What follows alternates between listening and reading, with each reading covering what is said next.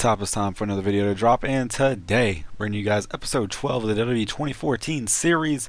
This is week 1 of February for Friday Night Smackdown, so let's go ahead and get on into things. We kick things off with CM Punk coming down to the ring. However, he is joined by Cody Rhodes and Goldust, the WWE Tag Team Champions. The three men basically go along the lines of calling out the Shield. Punk calling out the Shield for what they have done to him over the past couple of months, and he says tonight will be the end of everything. He is done with the Shield after this, and he is setting his focus, and he points up to the WrestleMania 30 sign to that. And Cody Rhodes and Goldust say, well, we're just going to get started here. Because Elimination Chamber, we're still defending these tag titles against Roman Reigns and Seth Rollins. That's when the Shield's music hits, the Shield comes down to the ring, they swarm around the ring, and say, you guys want to start things early? You want to start things early? Tonight? Us against you three? Believe that. We got that. And he throws the mic down. Ambrose throws the mic down, and then they dip. And that means tonight, in our main event of the evening, we will see CM Punk, Cody Rhodes, and Goldust taking on The Shield. That got an 85B+. Excellent opening segment. I didn't really think this would do that well, considering what I rated Rhodes and Goldust on, to be honest. We kick things off, though, first match-wise, with the Intercontinental Champion Biggie Langston taking on Yoshitatsu, where Biggie Langston defeats Yoshitatsu in 4 minutes, 56 seconds with a 5 count. And this got a 58C-, just something for the Intercontinental Champion to do. Afterwards, Biggie Langston takes to the microphone really quick and says, Wade Barrett, if you want a IC title shot at Elimination Chamber, you can have it. You can use that title shot at Elimination Chamber because believe this, I am not going to lose this title anytime soon. I will pin you for a 5 count, and I will walk out and walk on to WrestleMania as this Intercontinental Champion. But if you really want to do that, if you really want to use that title shot for your Elimination Chamber, I accept. Because I'll take on anybody, any man, any size man for this title. So you know what? I'll gladly accept. It's got a 71C+. Afterwards, we go backstage where Triple H and Brad Maddox now are seen, and Triple H, who still doesn't have a suit rendered picture. I really need to change this, but I always forget. Nonetheless, Triple H basically tells Brad Maddox that he's doing good as a GM. However, last Monday, he took the reins. Triple H said, I took the reins. However, Brad, if you want to actually help, I have an idea. Monday night on Raw, you will be competing. That's right, competing. You'll get on your trunks, you'll get on your boots, and you'll go to that ring. Because it'll be you, Brad Maddox, taking on the D+ player, because he's been demoted, Daniel Bryan. And I want you to show that the Authority are the true A+ players. Can you do that for me, Brad? And Brad's basically looking like, oh my God, I'm gonna die. I'm gonna die. I'm gonna die. I'm gonna die. But he just slowly nods and says, yes, sir. I can do that. And that got a 72B-, as we now know Brad Maddox will take on Daniel Bryan this coming Monday night on Raw. Christian took on Jack Swagger in an Elimination Chamber qualifying match. The winner goes on to the Elimination Chamber match at the Elimination Chamber for the WWE World Heavyweight Championship. And in a bout that had good wrestling and decent reaction from the crowd, Christian defeated Jack Swagger in 11 minutes and 55 seconds. Christian does advance to that Elimination Chamber match, and this got an 80B. Good stuff. We then see Paige walking backstage, and we hear from the commentators that up next, Paige will be making her in-ring SmackDown debut. Up next, 69C+. 69, Paige? Maybe. We then have Paige taking on Layla in a bout that had subpar wrestling and non-existent crowd heat. Paige defeated Layla in 7 minutes and 31 seconds via a rampage. It's got a 53C-. This was just something really to give Paige basically momentum. She is now in that feud with the WWE Women's Champion AJ Lee, so of course we do have to give Paige some momentum, and that's what we did here. However, as she's celebrating out of nowhere out of the crowd, AJ Lee hops the guardrail, slides in the back door, and basically just drops Paige and just starts beating her down, waylaying on her. And with that crazy look AJ Lee can always give, she looks right into the hard camera and says, "You are done interrupting me." Now I interrupt you. And she backhands her right in the face. And then AJ Lee stands to her feet, dusts her chucks off right on Paige's face, and walks out with the women's title. A 67 C plus segment, not bad at all. To kick off the top of the hour, we have AJ Styles making his SmackDown debut, walking out, grabbing a microphone in the middle of the ring, and basically going, "You know, guys, it's been a wonderful week. It has been a wonderful week for the Phenomenal One. I made my debut at the Royal Rumble. I won the Royal Rumble. I'm headlining that pay-per-view, WrestleMania 30, and I'm going to become the WWE World Champion at that pay-per-view. And tonight,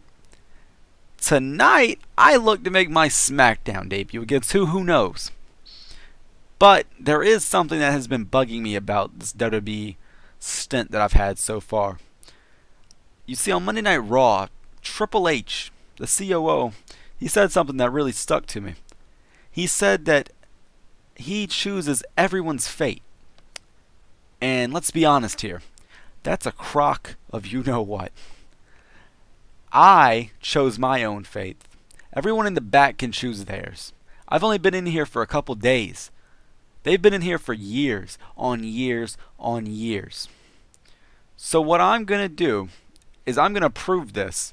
And I'm here to announce that at Elimination Chamber, I won. Awesome! Why is the Miz's theme music playing? And then the Miz all of a sudden comes out on stage, a microphone in hand. He's wearing his suit, and he slides into the ring as he gets down.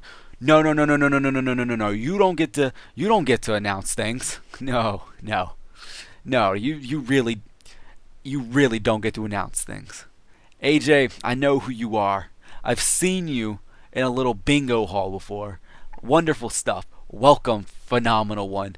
But let's be honest here. Let's really be honest. You only won the Royal Rumble because I wasn't in it.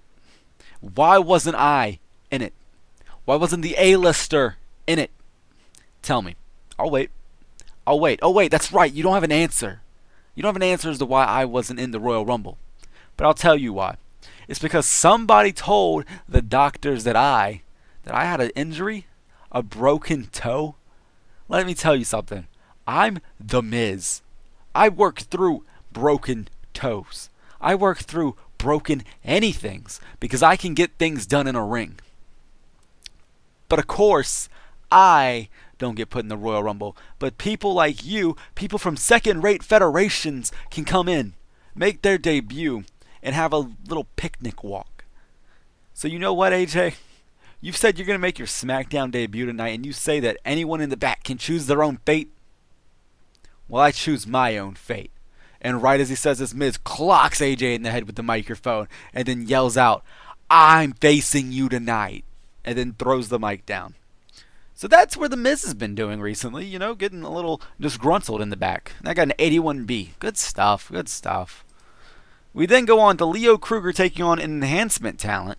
And Leo Kruger defeats Ryan Howe, who does not get a name, in 2 minutes with the Kruger N, which is the suplex into Brainbuster.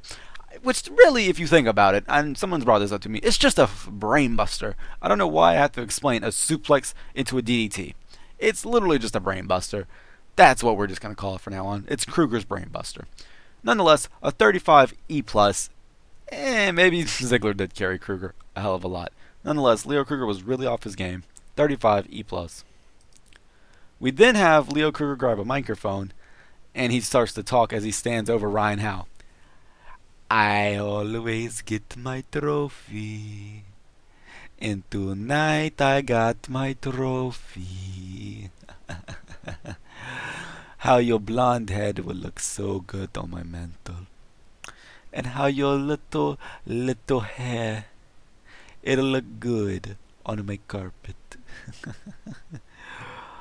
But for now I must take you home, because my trophy case, it's a little full, but it always has more room, because I can push Dolph Ziggler's dead body aside, stuff you in, and get more trophies. And right as he's saying that, Kofi Kingston slides into the ring from the ramp, and he notices Kruger's basically about to drop some knees on this enhancement talent. And Kofi jumps on Kruger's back, starts waylaying shots.